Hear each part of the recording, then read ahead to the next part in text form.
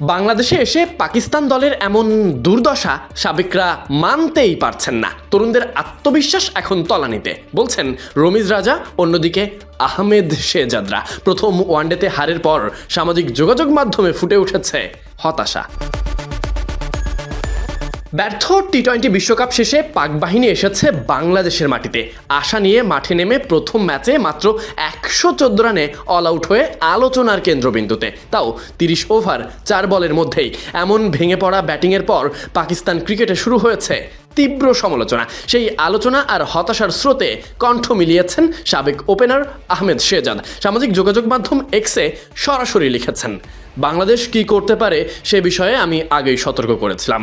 বাবর আজম কতটা গুরুত্বপূর্ণ হবে সে সম্পর্কে আমি আগেই আপনাদের জানিয়েছি, কিন্তু সব সময়ের মতো আপনারা সব জানেন। একই প্রসঙ্গে ম্যাচ হারের পর রমিজ রাজাও সুর মিলিয়েছেন বাবর আজম প্রসঙ্গে। তিনি বলেন, ভালো মানের বোলিং প্রতিপক্ষের বিপক্ষে আপনার একজন টেকনিক্যাল বিশেষজ্ঞের প্রয়োজন। হ্যাঁ, বাবর আজমের ফর্ম হয়তো খারাপ ছিল, কিন্তু ওয়ানডে ক্রিকেটে সে কখনোই খারাপ ছিল না। আমি বলতে চাইছি, ওয়ানডেতে সে একজন জায়ান্ট। তার রেকর্ড অসাধারণ, গড় 50-এর বেশি এবং সে ভালোভাবেই রান করেছে।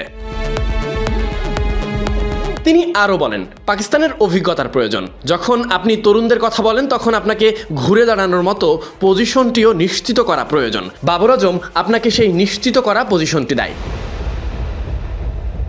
বাংলাদেশের বিপক্ষে এমন ভরাডুবি প্রসঙ্গ টেনে আহমেদ শেহজাদ মনে করিয়ে দিয়েছেন, সাম্প্রতিক সময়টা পাকিস্তান ক্রিকেটের জন্য মোটেও ভালো যাচ্ছে না। টি-20 বিশ্বকাপেও দলটির পারফরমেন্স ছিল হতাশাজনক। সেই ব্যর্থতার পর নতুন করে ঘুরে দাঁড়ানোর কথা থাকলেও বাস্তবে দল এখনও খুঁজে ফিরছে সঠিক পথ।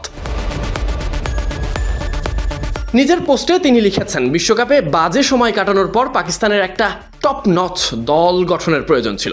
আবারও একই পদ্ধতি প্রয়োগ করে কয়েক ডজন তরুণকে আনা হলো। তাদের সবচেয়ে সম্ভাব্য খারাপ অবস্থায় এক্সপোজ করা হলো, তাদের অপমান করা হবে, আবারও ব্যর্থতা ফিরিয়ে আনা হবে। দলের এই অবস্থায় আশাগুলো আসলে মরে যাচ্ছে।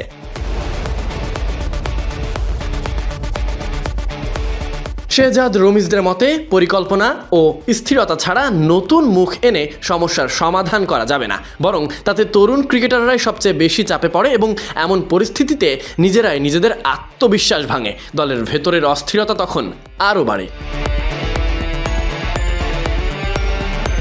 Sadiq Ahmed, Sunny, BD cric time.